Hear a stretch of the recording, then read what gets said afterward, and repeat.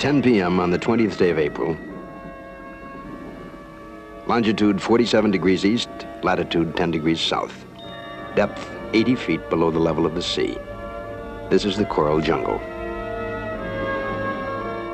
Around the divers of Calypso, just beyond the circle of their lamps, night creatures move uneasily, stirred by this strange sight of man, the unaccustomed presence of light.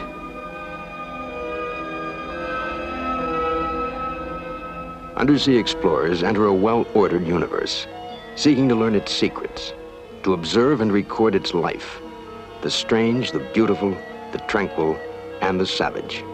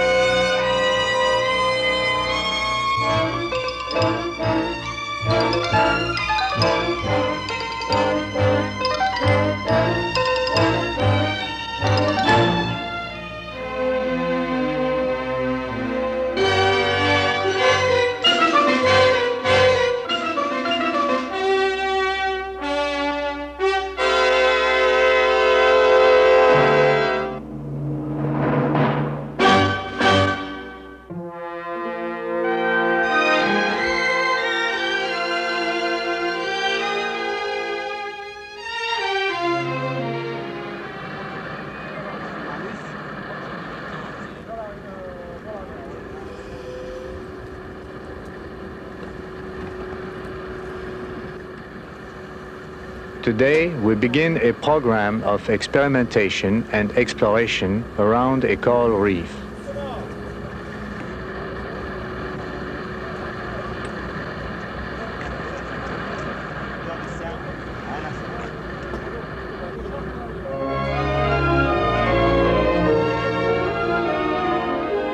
Equipped with camera and radio, Philippe Cousteau rides the wind to survey an atoll.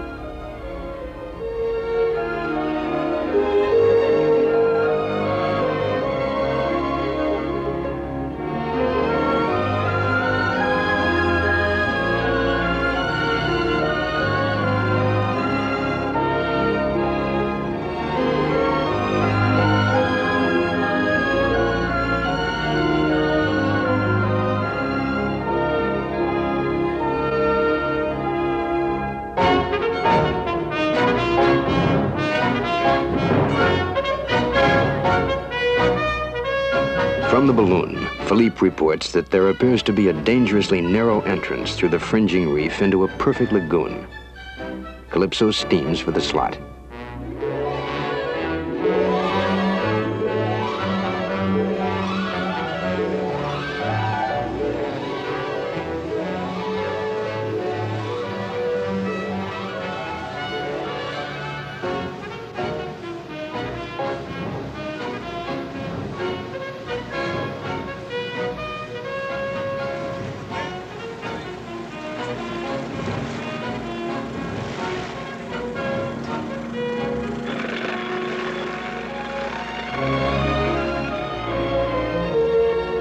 Safely inside the lagoon, a coral reef and its exotic life surround Cousteau and the Calypso.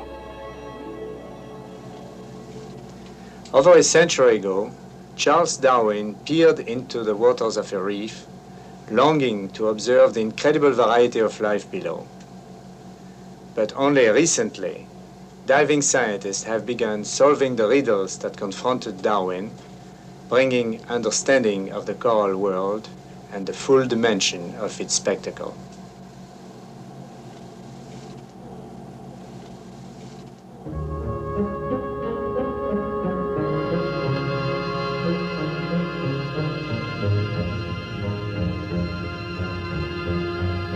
Inside the lagoon, we are in a giant teacup. The outside of the cup is a wall reaching down almost 2 miles. The lip of the cup is a thin necklace of coral.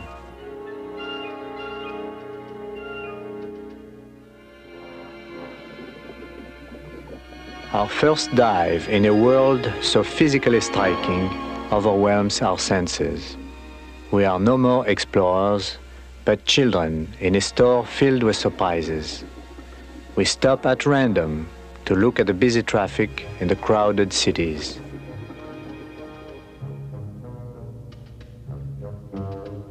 Minute creatures, living coral, whose skeletons are cemented together by algae, form the reef. Each species of coral gathers into a distinct shape, like massive boulders. Tabletop coral fans out like flattened mushrooms. Elkhorn coral spreads like the branches of a Christmas tree.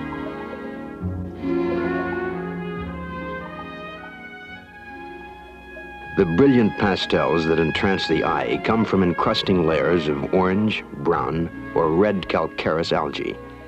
As one generation of coral skeletons piles atop the next, the reef grows, often as much as a half-inch a year.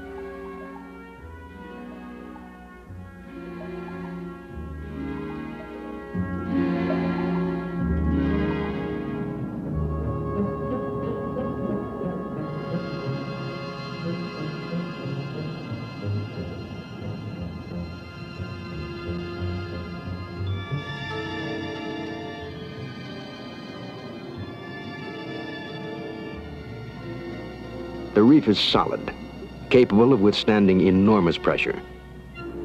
On any given day, the normal trade wind waves pounding on one of these atolls dissipate an average force of 500,000 horsepower. The giant construction shop, with its myriad of little homes, caves, and crevices, is an attraction center for tropical marine life. A highly complex community develops in the reef, a coral jungle with its own rules, its feasts, its tragedies.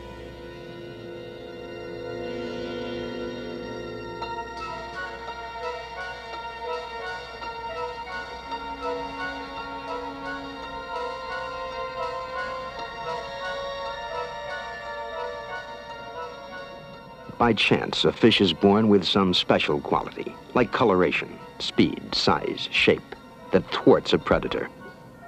This fish survives, and his kind flourishes.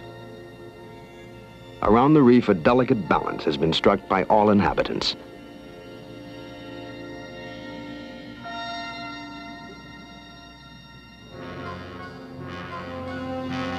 The ray, primitive cousin of the shark, perfected over 350 million years of evolution.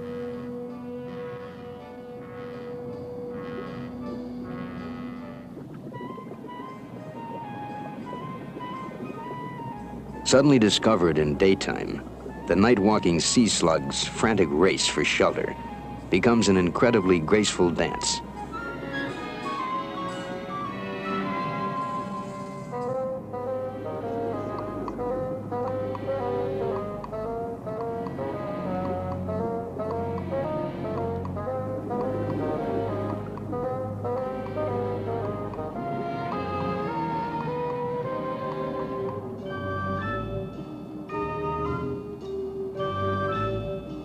The moray eel, more frightening in look than temperament, often a coward, he lurks in reef caves seeking safety.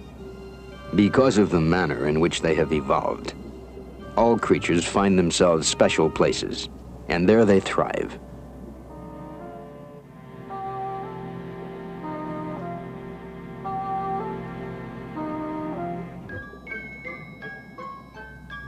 From day to night, the cycle of reef life changes. The spiny urchin emerges in darkness to scuttle about the sandy bottom at an average speed of 1/4 mile an hour, accompanied by starfish, shellfish, and a host of night-crawling creatures. Below the spines, the urchin is a tasty morsel of food, but only the thick-skinned dare attack.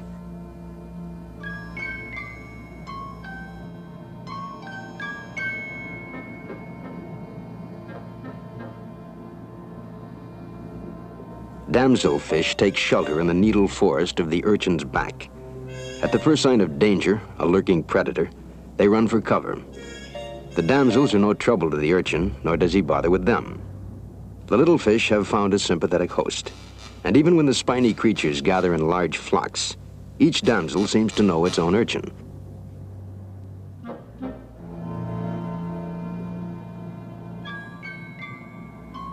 We wanted to see if we could lure the damsels away from their house.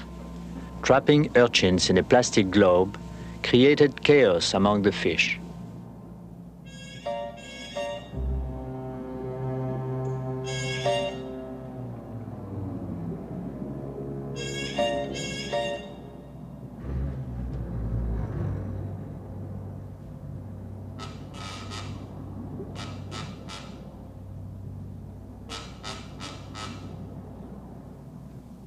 In one brief survey, the damsels make it clear that they would never consider the diver as a substitute for their favorite urchin. It is home again, quick as they can.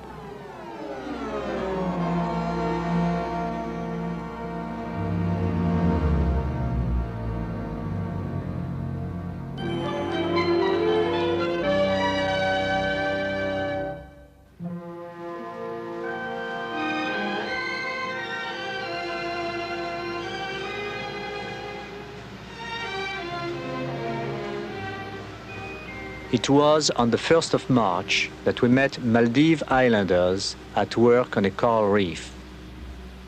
The Maldive Islands, off the southern tip of India, once lay on the great spice routes of Europe's merchant princes.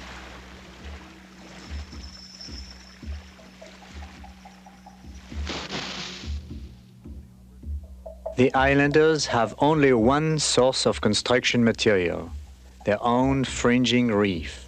They harvest coral all year round to use as stones and to make cement. It may help build houses, but it reduces the natural protection offered by the fringing reef against the waves of the ocean. A number of such overexploited islands have recently disappeared, eaten away by the swell.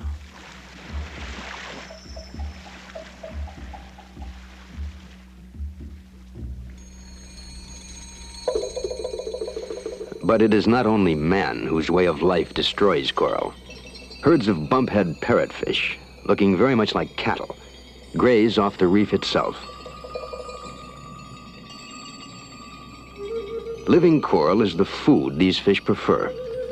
To obtain it, the bumphead uses its powerful horny beak. He bites off chunks of coral, crushes them, grinds them into fine sand, and digests the flesh of the polyps.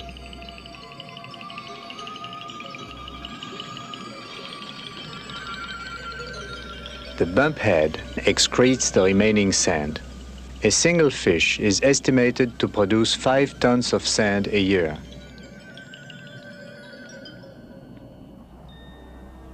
For many species on the reef, schooling is the principal form of defense. Some experts believe that in order to strike, a predator must single out one fish from the group. He is confounded by the school, a swirling, confusing cloud of motion and mass. Smaller species of predators like these barracuda also school, for protection, but probably also for more effective attack. The larger the fish, the greater the likelihood of being a loner and not needing the support of a school. Coloration is part of protection, the bands and blotches adding further to the predator's distraction. A fish's colors identify him, give notice of his presence to other creatures on the reef. But threatened by the approach of a diver, this unicorn fish retreats and darkens his colors.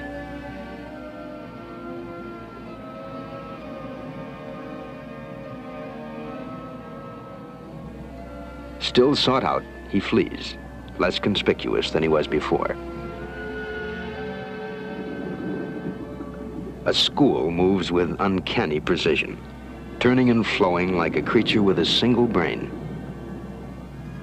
The secret of this precise coordination is the presence of lateral lines along the sides of each fish. These lines consist of nerves sensitive to subsonic pressure waves.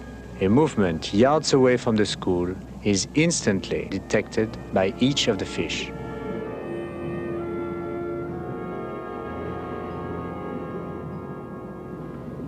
We have found that the smaller the fish, the greater their tendency to school, and the more sensitive they are to any change in the environment. The diver uses his hand to generate slight pressure waves and actually becomes the unquestioned master of a fish ballet.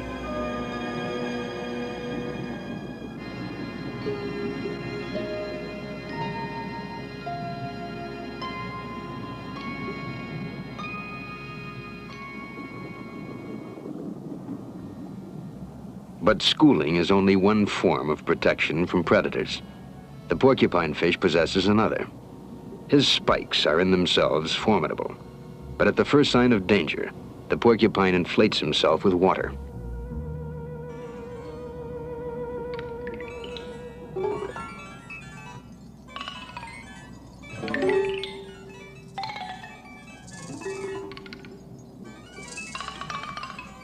Once fully inflated, the porcupine can no longer swim effectively, but neither can he be eaten.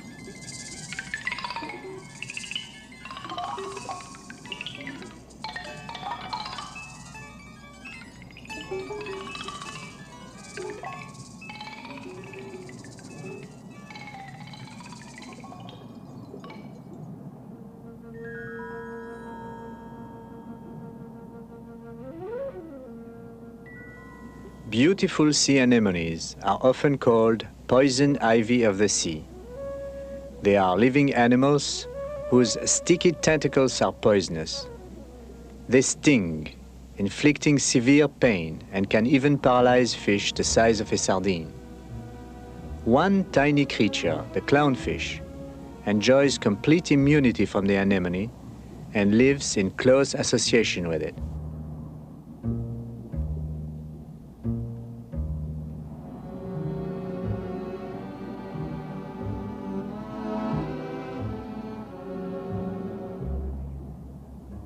A fish coming in contact with the anemone is helplessly paralyzed and would soon be digested.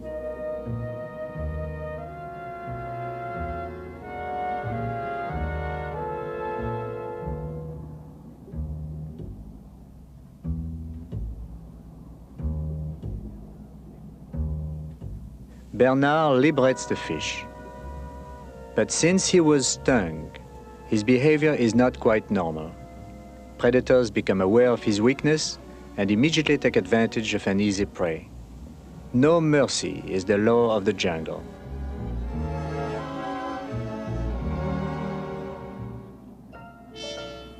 An aggressive grouper noses in.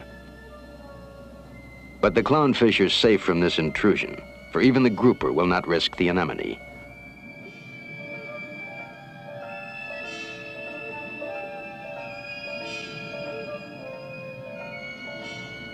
The clown and the anemone are truly partners, living in what scientists call symbiosis. The clown darts out to food sources the anemone cannot reach.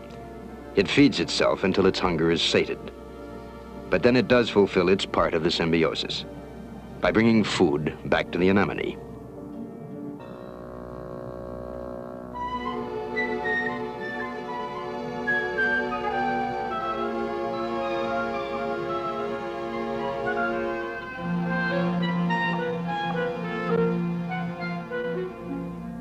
The clownfish and the anemone have long been known as partners, but this is the first time a clownfish has ever been filmed actually feeding the anemone.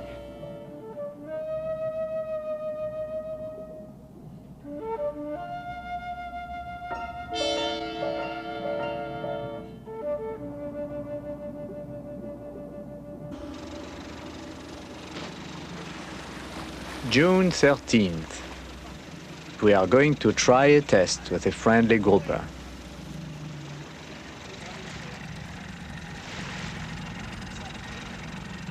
Philippe Cousteau will lead the dive, assuming the primary responsibility of photographing this experiment. He is accompanied by Raymond Cole.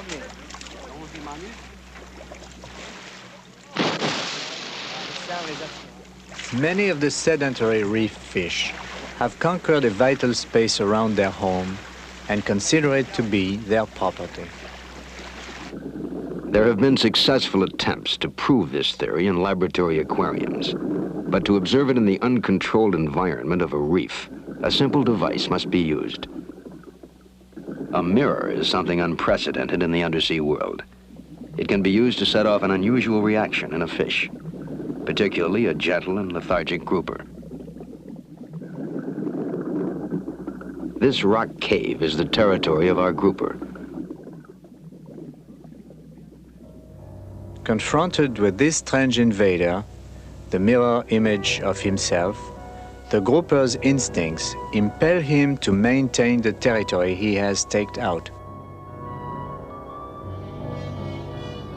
Baffled but persistent, the grouper tries to outflank his enemy.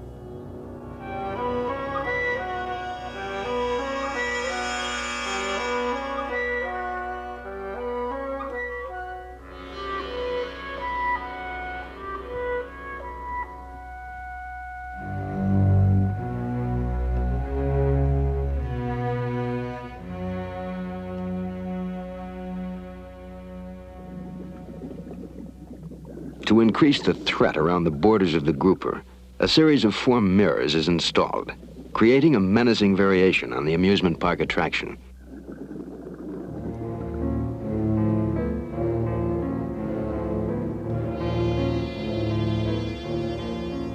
A fish like the grouper patrols the borders of his territory. Other fish are admitted into his realm only if the master so desires. It is conjecture whether he does this to protect his food supply or simply out of pride of ownership. Actual prolonged combat is rare. The contest for territory is usually more threat than fight.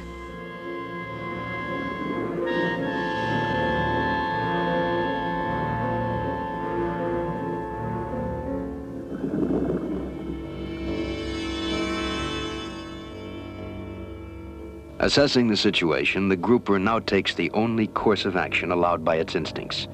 Although perplexed and besieged from every corner, he attacks.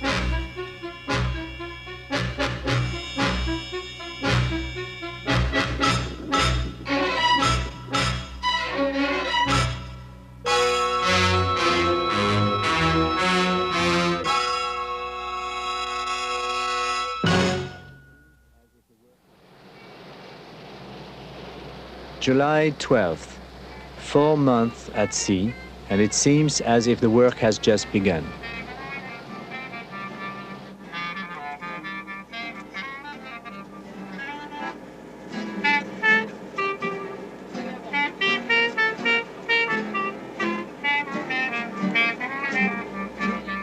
The jam sessions on board Calypso take many forms and express many moods.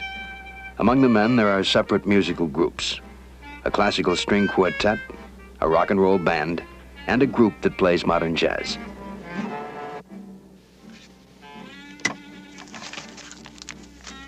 For me, another kind of music, the sounds from the ocean floor. There are many noises in the silent world. Shrimps, crustaceans, fish, and mammals produce sounds. Except for the sonor signals and loud chatter of sea mammals, the noise level is generally low. Only with a sensitive hydrophone and powerful amplifiers is it possible to record, identify, and analyze the noises of the sea.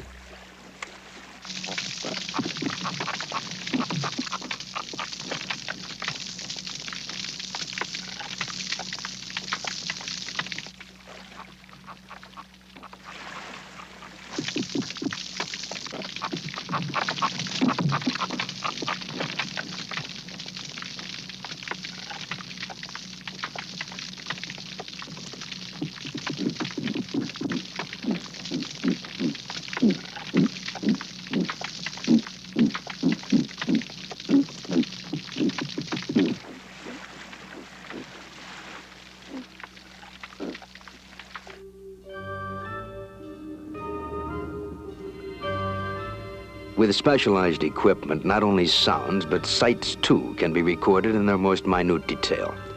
Here, 30 feet beneath the surface, an aquatic motion picture studio. roofed to screen out natural illumination, equipped with lights, camera, and plenty of action.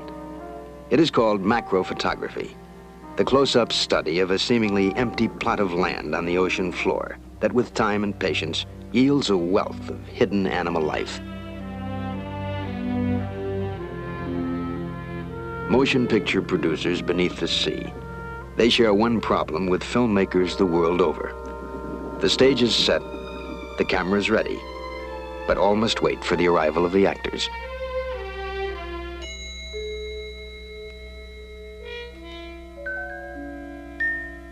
A rare crustacean appears in gargantuan detail.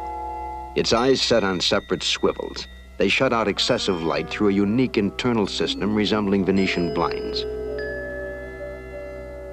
Beneath its body, small paddles act as ventilators for eggs and shovels to dig into the sand.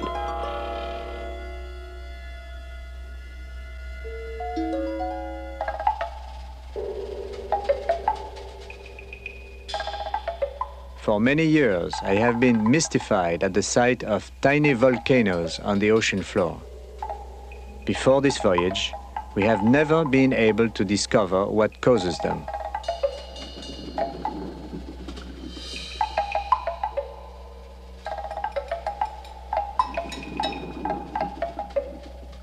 To capture the mysterious Vulcan, the diver uses a new narcotic, hoping to subdue it into momentary sleep. Beneath a plastic bubble, the potion is released.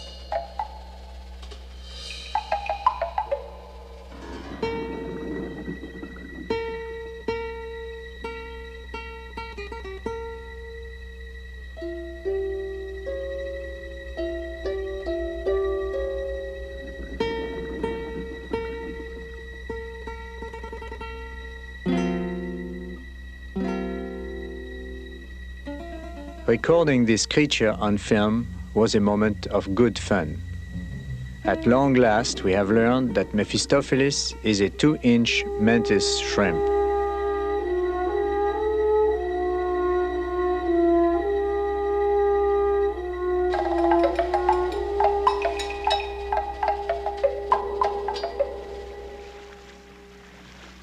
July 25th.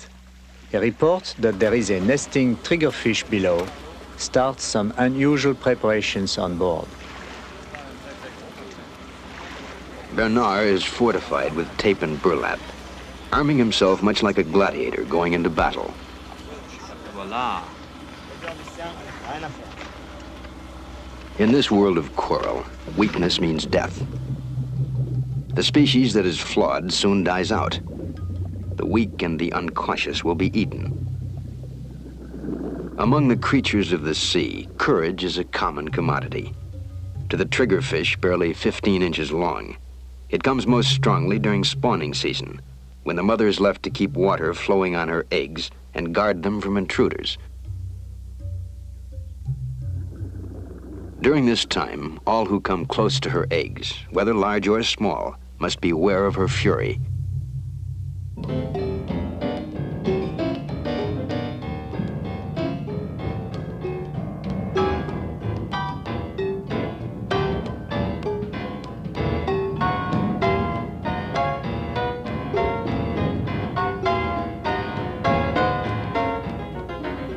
The instinct to preserve the species far outweighs the instinct to preserve oneself. And not even an animal outsizing her by 100 times is too big to be reckoned with.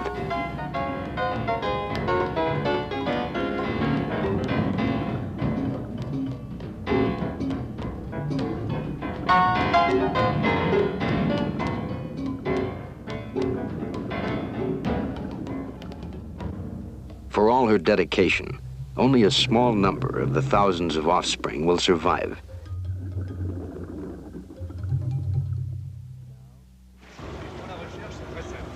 We have been on the reef for 4 weeks, examining life on the ocean floor.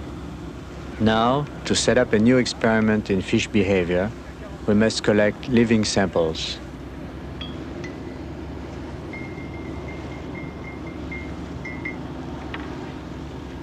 The sea does not give up its life without a struggle. To lessen the chances of damage to the specimens, Joseph Francois, the ship's doctor, prepares a drug. It is called MS-222. Shot from a specially designed gun, its injection into the reef induces a brief sleeping period among the inhabitants. Armed with this formidable-looking weapon, the divers descend.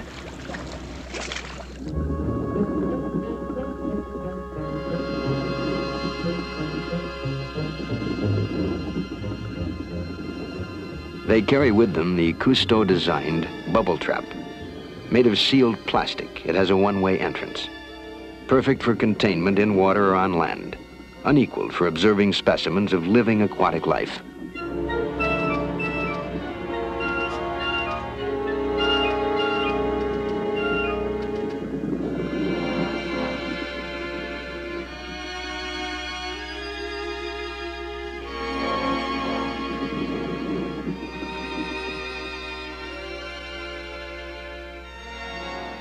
Stunned into unconsciousness, he is placed in the bubble until he revives.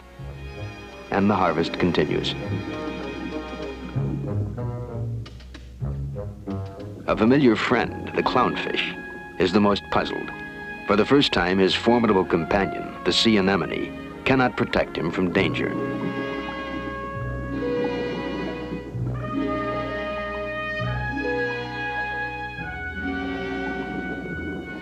Rare specimens all.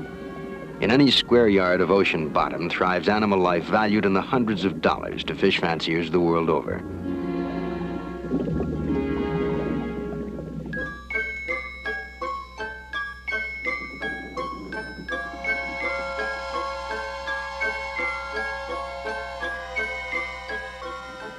To the tiny damselfish, the game of hide and seek has a life or death connotation. Knowing every convolution of the coral he calls home, the moment a threatening gesture is made, he seeks safety in the depths of its prickly spines.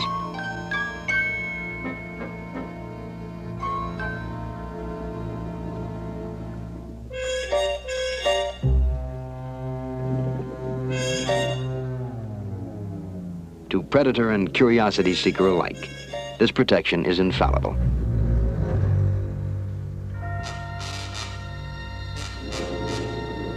Into the life of the reef, a new situation is introduced. An artificial aquarium within nature's own aquarium, where confinement has the look of freedom. Barriers are invisible, and the teeming population must come to grips with a problem they've never experienced before.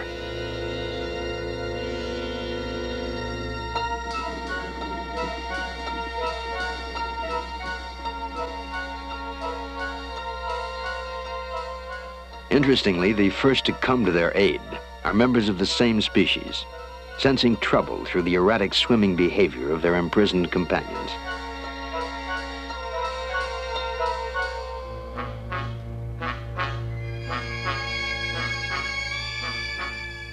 Next to take notice are the predators.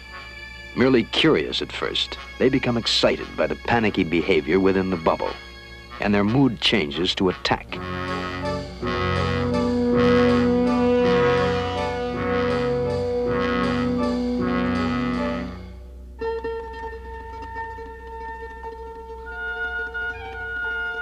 A large grouper seems to wonder how to best take advantage of their predicament.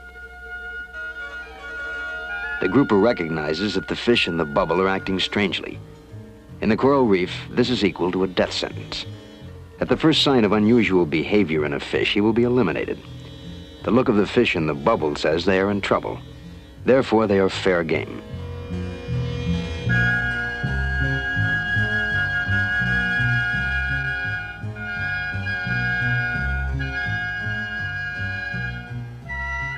Frustrated, the wrath of the predator is aroused.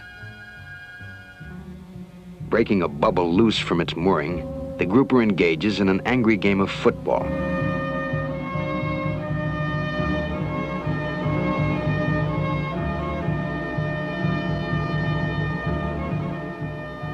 Were he a bit larger or the ball a bit smaller, the game could end in a sudden gulp.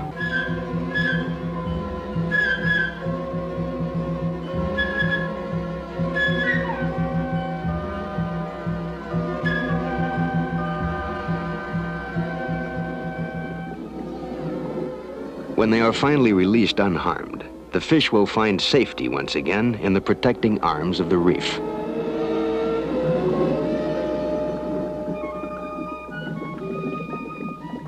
The continuity of reef life will be restored.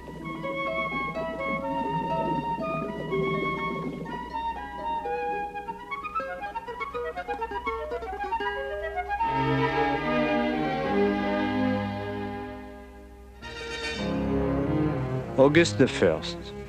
We prepare our last important exploration of the reef.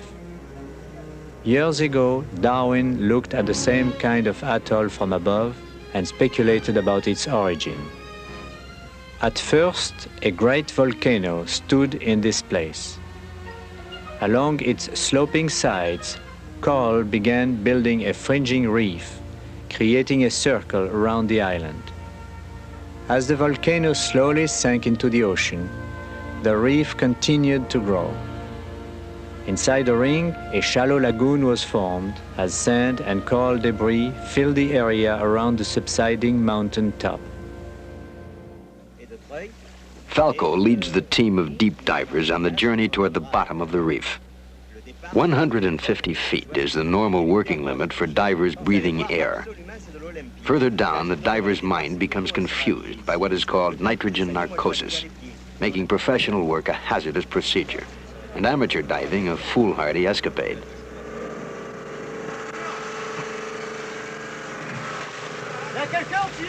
The submerged decompression chamber facilitates deep diving, for the major problem does not involve going down, but coming back. To make the ascent safer, more comfortable, and faster, the ponderous SDC is used. Lowered in water at the depth where the deep divers should stop their ascent for the first decompression stage, it serves as a way stop.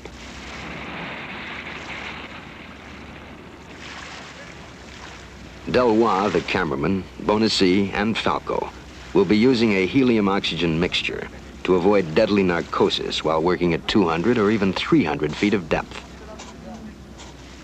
Beyond the rigid check system, there's an extra sense of care to the preparation of the dive.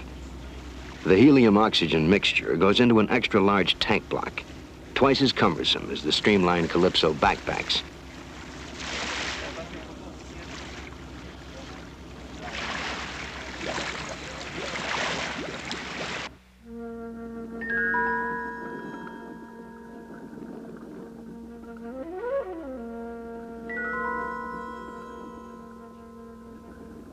When the chamber reaches 150 feet, air divers will remain with it as tenders, while Falco, Undersea, and Delois go to the bottom of the reef. Each foot they travel represents more than a human generation in time.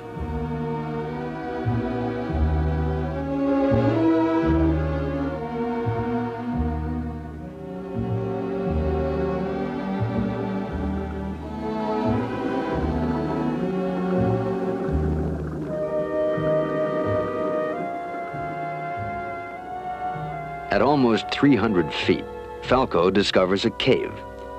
Eons ago, when the atoll was young, a strong glaciation period lowered the level of the oceans, and the action of waves have eaten away at the wall of the reef.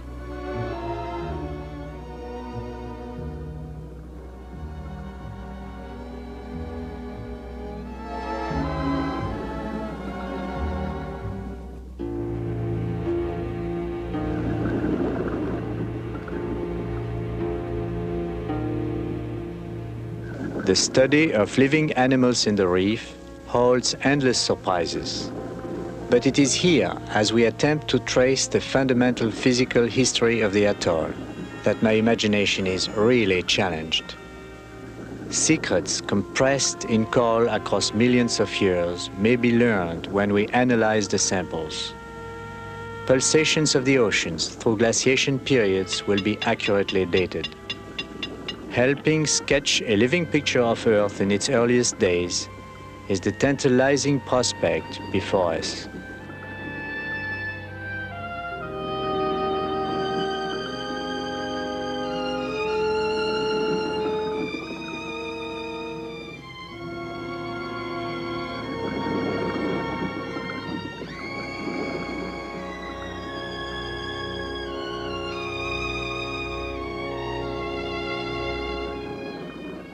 Embedded in the coral are the signs of the life that existed around the reef. As the tiny polyps formed skeletons out of limestone they distilled from seawater, the reef grew. Generations of coral skeletons piled atop generations in nature's gradual cycle. This reef still lives, still grows, and it is possible to read in the coral of the cave the complex relationship between plant and animal that existed here long before men appeared. More and more, the living reef is threatened. It is at the mercy of a hurricane that would destroy the outer reef, of heavy rains that would reduce salinity, of water pollution from careless tankers passing by. Falco, Undersea, and Delois have worked for more than 20 minutes in the cave. They have been able to stay here only because of the helium. During prolonged deep dives, a large quantity of helium dissolves in the blood and body tissues. Now they must take a very slow ascent to avoid a severe or even mortal decompression accident. If they go up too quickly, the helium would begin bubbling in their bloodstreams, causing fatal bends. The first stop on their ascent will be the SDC, the submerged decompression chamber. The chamber simulates a gradual ascent.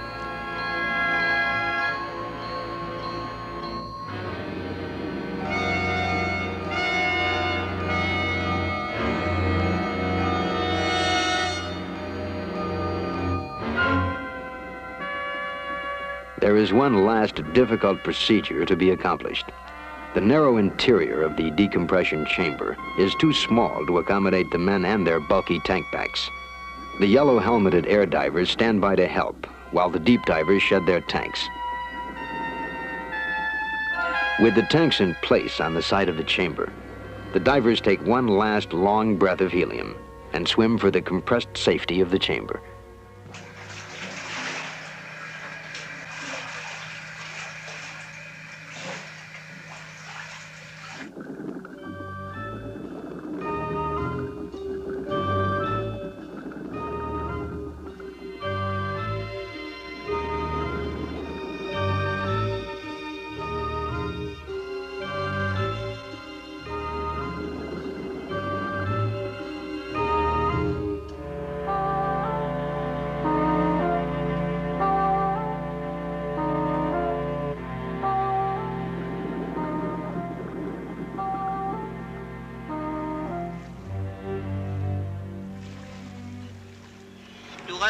I know we have taken all conceivable precautions.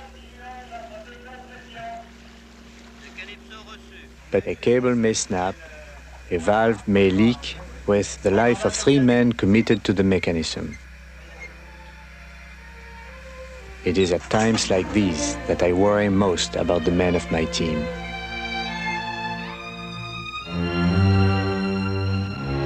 Calypso reçu. On va quelques minutes, ça sera sur le banc.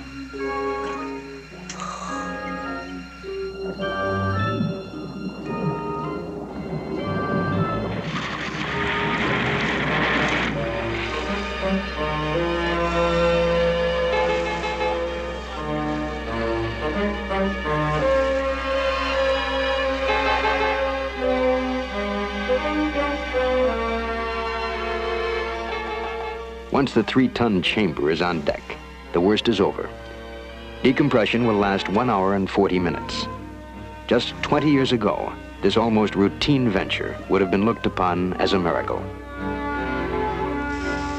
For the last 30 minutes of their decompression time, Falco, Undersea, and Delois breathed pure oxygen to finally rid their systems of both helium and nitrogen.